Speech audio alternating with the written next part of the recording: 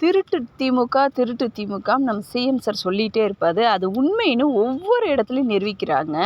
Thiruvanmiyur to ஊத்தாண்டி ECR வரைக்கும் ஒரு 13 கிலோமீட்டரில் ஒரு டெண்டர் ஒன்று விட்டுருக்காங்க. எத்தனாயிரம் கோடிக்கு? 2100 கோடிக்கு ஒரு டெண்டர் ஒன்று விட்டுருக்காங்க. போன டிஎம்கே ஆட்சியில் 2100 கோடியில் கல், மண், செங்கல், கம்பி எல்லாம் அந்த டெண்டரை விட அதிகமான ஒரு இதுக்கு விட்டுருக்காங்க. அப்போ தானே நம்ம கொள்ளையடிக்க முடியும் அப்படிங்கிறதுல மொத்தம் கிலோமீட்டரே பார்த்துங்க 13.3 கிலோமீட்டர் தூரத்தில் உயர்மட்ட சாலை அமைக்க திட்டமிடப்பட்டது.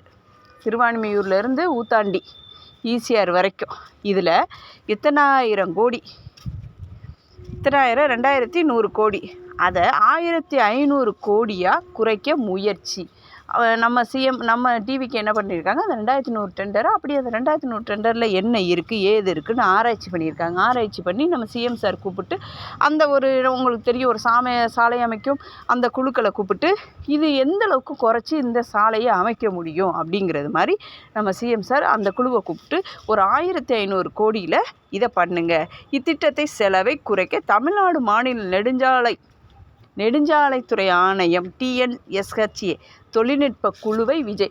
அப்போ இதெல்லாம் டிஎம்கே ஆட்சியில் தெரியல. நெடுஞ்சாலைத்துறையை கூப்பிட்டு இப்போ அந்த 2100 கோடி டெண்டரை 1500 கோடியாக குறைச்சி இதை எப்படி பண்ணலாம் அப்படின்னு சொல்லிட்டு கன்சல்ட் பண்ணியிருக்காங்க. கன்சல்ட் பண்ணி அதில் என்ன செங்கல், கல், மண், கம்பி எல்லாமே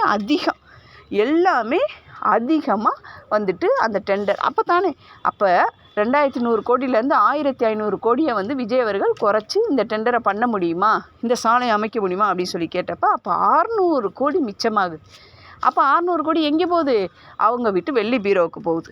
இதைத்தான் இன்றைக்கி அப்போ எந்த அளவுக்கு டிஎம்கே ஆட்சியில் ஒவ்வொன்றையும் இந்த மாதிரி ஒரு கொள்ளையடித்து வச்சுருக்காங்கன்னு சொல்லிட்டு தெளிவாக ஒவ்வொரு நியூஸையும் நம்ம சிஎம் சார் அவர்கள் வெளியில் விட்டுக்கிட்டு தான் இருக்கிறாங்க. அதை நம்ம பார்த்துக்கிட்டு தான் இருக்கிறோம்.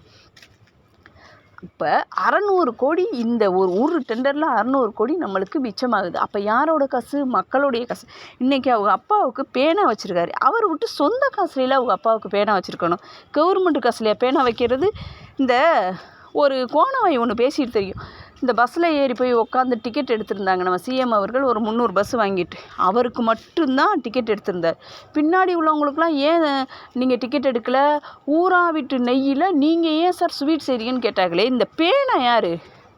டிஎம்கே ஸ்டாலின் சார் அவருடைய காசா இல்லை இது ஊராம்பட்டு காசா? ஏன்னா அவர் வீட்டு காசில் தான் அவங்க அப்பாவுக்கு பேனா வைக்கணும். மக்கள் வீட்டு காசில் ஏன் பேனா வைக்கிறாரு? இதெல்லாம் கேள்வி கேட்க மாட்டாங்க. ஏன்னா 200 ரூபா காசு கொடுக்குறாங்களே டிஎம்கேல இருந்து, அதனால் கேள்வி கேட்க மாட்டாங்க. அந்த தூணமைப்பு, அடித்தளம், சாலை அகலம், கட்டுமான பொருட்கள் போன்றவை எல்லாமே அந்த டெண்டரில் அளவுக்கு மீறி கொட்டேஷன் கொடுத்துருக்காங்க. அதையும் இங்கே விட்டுருக்காங்க பாருங்க. அப்போ இப்போ விஜய் அவர்கள் எப்படி அந்த நெடுஞ்சாலைத்துறையை கூப்பிட்டு இது எந்த அளவுக்கு குறைச்சி பண்ண முடியுமோ அந்த அளவுக்கு குறைச்சி பண்ணுங்க, நம்மளுக்கு ஏற்கனவே கஜானா காலியாக இருக்குது அப்படிங்கிறத கன்சல்ட் பண்ணியிருக்காரு. ஏன்? அதுதான் ஒருவேளை படித்தவர்னு சொல்லணுமோ? முட்டாள்களுக்கு தெரியலையோ? எப்படா கொள்ளையடிக்கிறதுன்னு ஒவ்வொன்றா கொள்ளையடிச்சிட்டே இருந்திருக்காங்க.